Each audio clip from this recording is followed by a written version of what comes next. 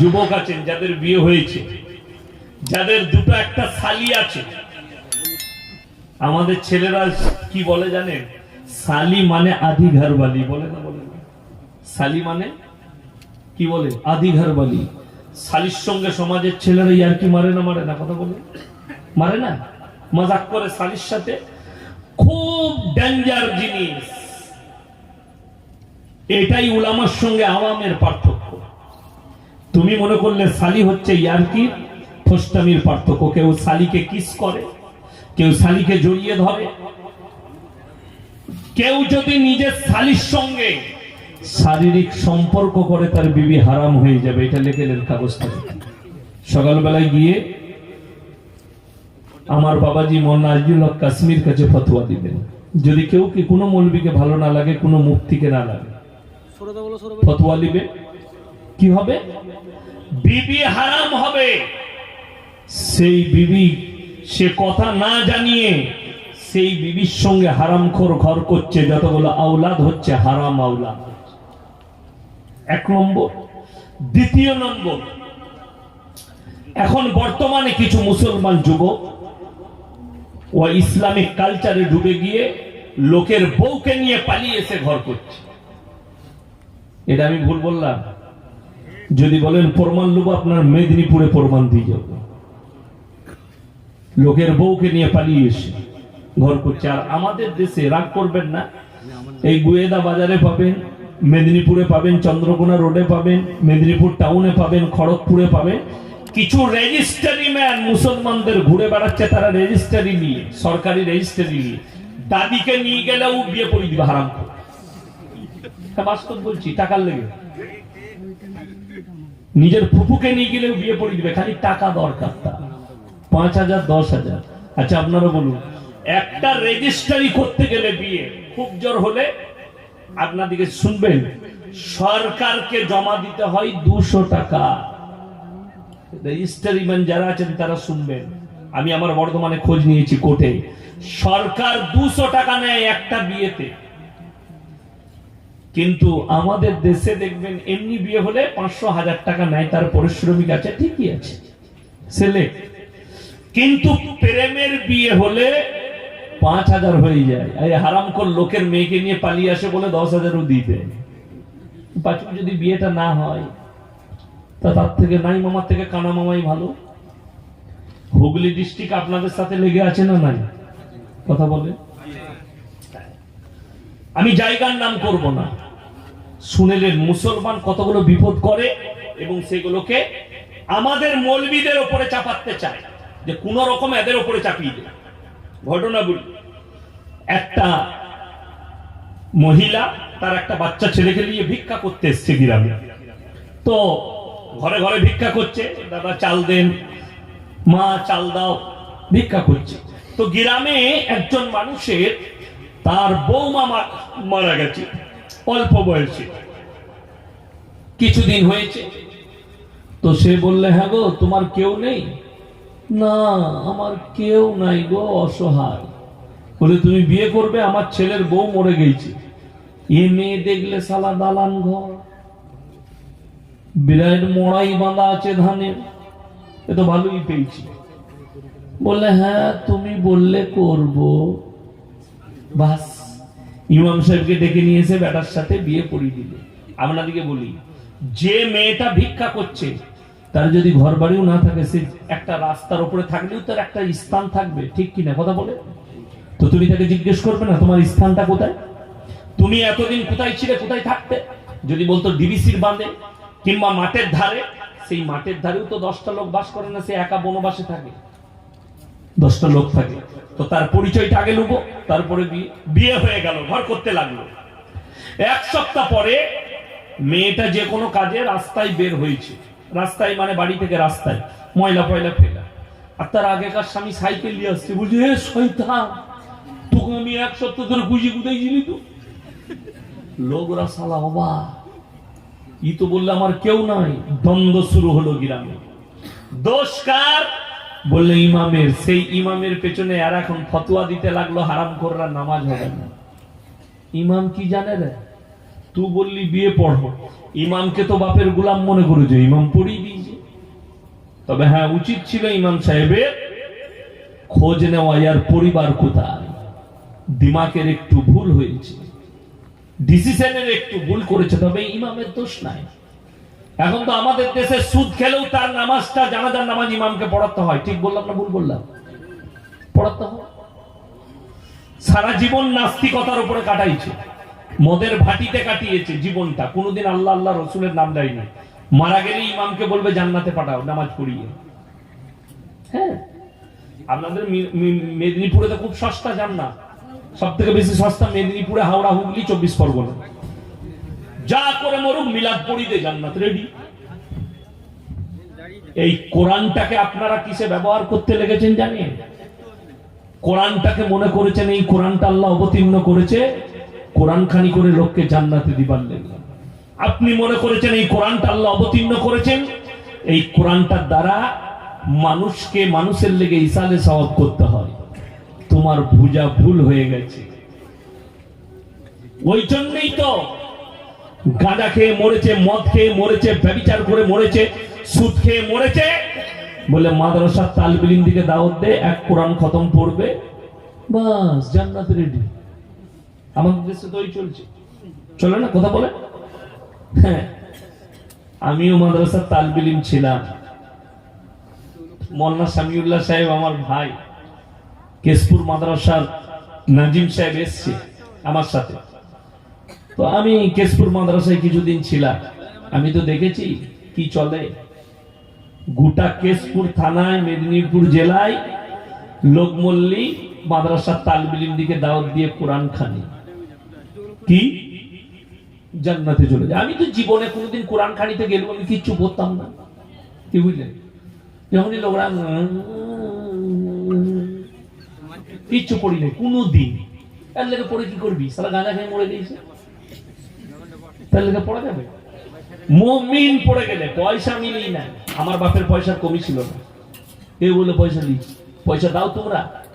তাহলে ইমামকে ঠিক মতো বেতন দিচ্ছে না, তালিব ইলমকে পয়সা দিবে কোরআন পড়ি। পাগল, ইমামকে বেতন দিতে পারে না, এরা তালিব ইলমকে পয়সা দিবে। আমার মুসলমান ভাই, আপনাদেরকে অনুরোধ করে যাচ্ছি, কোরআনটাকে এটা ভাববেন না যে আল্লাহ কোরআনকে অবতীর্ণ করেছেন শুধুমাত্র কোরআন খানি করার জন্য। কোরআনটাকে অবতীর্ণ করেছেন শুধুমাত্র ইসালে সওয়াব করার জন্য। ওই জন্য আপনি বিপদে আছেন, ওই জন্য মুসলমান বিপদগ্রস্ত।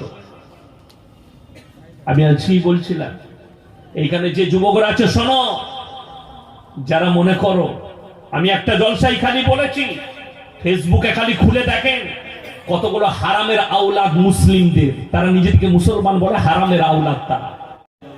কৃপা ভালোবাসা আমাদের প্রতি, গোটা বিশ্বের প্রতি।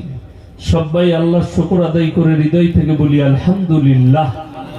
তারপরে পরে বিশ্ব নবী জানাবে মুহাম্মাদুর রাসূলুল্লাহ, সকলে বলুন সাল্লাল্লাহু আলাইহি ওয়াসাল্লাম।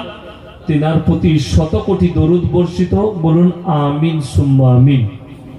সবাই একবার দরুদ ইব্রাহিম পাঠ করি। আল্লাহুম্মা সাল্লি আলা মুহাম্মাদিন ওয়া আলা আলি মুহাম্মাদ কামা সাল্লাইতা আলা ইব্রাহিম ওয়া আলা আলি ইব্রাহিম ইন্নাকা হামিদুম মাজিদ। আল্লাহুম্মা বারিক আলা মুহাম্মাদিন ওয়া আলা আলি মুহাম্মাদ কামা বারাকতা আলা ইব্রাহিম ওয়া আলা আলি ইব্রাহিম ইন্নাকা হামিদুম মাজিদ। গুটি কয়েক কথা আলোচনা করব, তার আগে বলি, আপনারা শীতের রাত্রে আমি বকবো তো আমার শরীর এখনই গরম হবে, কিন্তু আপনাদেরকে ঠান্ডা লাগবে। আপনারা যে বসেছেন এই শীতেতে, আপনাদের অনেক অনেক শুকরিয়া আদায় করছি, ভালোবাসা অন্তর থেকে দোয়া দিচ্ছি। একটু জমে বসে যান, পেছনের ভাইরা বসতে পাবে। একটু আমি তাকবীর দেবো, এগিয়ে চলে আসবেন। নারায়ে তাকবীর, এগিয়ে আসুন। নারায়ে তাকবীর, এগিয়ে চলে আসুন। সামনে জায়গাগুলো পূরণ করে নেন। মাশাআল্লাহ মাশাআল্লাহ, খুব সুন্দর। একটু হারকাত করুন, হ্যাঁ একটু সেটে সেটে বসুন, গরম হবে। পেছনের ভাই থেকে বলছি আপনারা জায়গা পেলে বসে যান, হ্যাঁ চলে আসুন। আমি বেশিক্ষণ সময় নেবো না আপনাদের, আমি যতক্ষণ নেবো গরম করা আওয়াজই করব। হ্যাঁ, আপনাদেরকে আমি গরমই করব। পেছনে দাঁড়াবেন না, দৃষ্টিকটু লাগে দাঁড়ালে। এটা কোনো ফাংশন নয়, কোনো গানের কনসেপ্ট নয়। আল্লাহর কৃপা, এখানে আল্লাহ আল্লাহ রসুলের কথা হচ্ছে আর আগামীতেও হবে। জোরে বলুন সুবহানাল্লাহ। দেখুন, অনেকের দৃষ্টিকটু লাগলো হয়তো, আমি কিছু ইউটিউবারকে খোলা করালাম। আমাদের দেশে আমাদেরই একজন এই মেদিনীপুরে জলসা করেছে, যদিও এইদিকে করেনি, খড়গপুর ফরগপুরে ভগবানপুরে পূর্ব মেদিনীপুরে জলসা করেছে, এটা পশ্চিম মেদিনীপুর। তো তার নাম হচ্ছে জার্জিস আনসারি বলে একটা উত্তরপ্রদেশের বক্তা আছে। সে জেল কেটেছে, কিন্তু ইউটিউবাররাই খাটাইছে এদের জন্য। আপনারা ওই জন্য কেউ রাগ করবেন, আমি যেদিকে খুলিয়ে দিলাম এই জন্যে যে আমার কাছে চ্যানেলের নাম লিখে দিবে, আধার কার্ডের জেরক্সের উপরে তার নম্বর থাকবে, চ্যানেলের নাম থাকবে এবং শর্ত কিছু আমি দিয়েছি, সেই শর্তগুলো লেখা থাকবে। আমি নিয়ে গিয়ে আমার থানায় জমা করে দেব।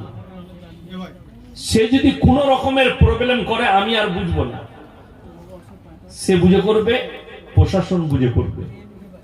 কেন কারোর জন্য আমি জেল খাটতে পারবো না, কথা বুঝতে পেরেছেন না? পারবেন না। ওই জন্য আমি, তাতে আমার রেকর্ডিং না করুক কোনো অসুবিধা নেই। কি বুঝলে? কিছু ইউটিউবার মনে করছে যে ইয়াসিন সাহেবকে আমরা ভাইরাল করেছি, তো তাদের একটা মূর্খামি বলে দিই। আমি এই 3 বছর 4 বছর লোকরা আমাকে ইউটিউবে দেখতে পাচ্ছে, ঠিক কি না কথা বলে? কিন্তু আমি 16 বছর জলসার ময়দানে আছি। কত? 16 বছর। তখন যে আল্লাহ আমাদের সকলকে প্রাণ দিয়েছে, দিয়েছে না দেয়নি? প্রাণ দিয়েছে। এই প্রাণের প্রচুর মূল্য আছে এবং আমাদের সমাজে যে জীবজন্তু, জানোয়ার, কীট পতঙ্গ যাই দেখতে পাচ্ছেন, তাদের মধ্যেও আল্লাহ প্রাণ দিয়েছে, দিয়েছেন তাই? হ্যাঁ।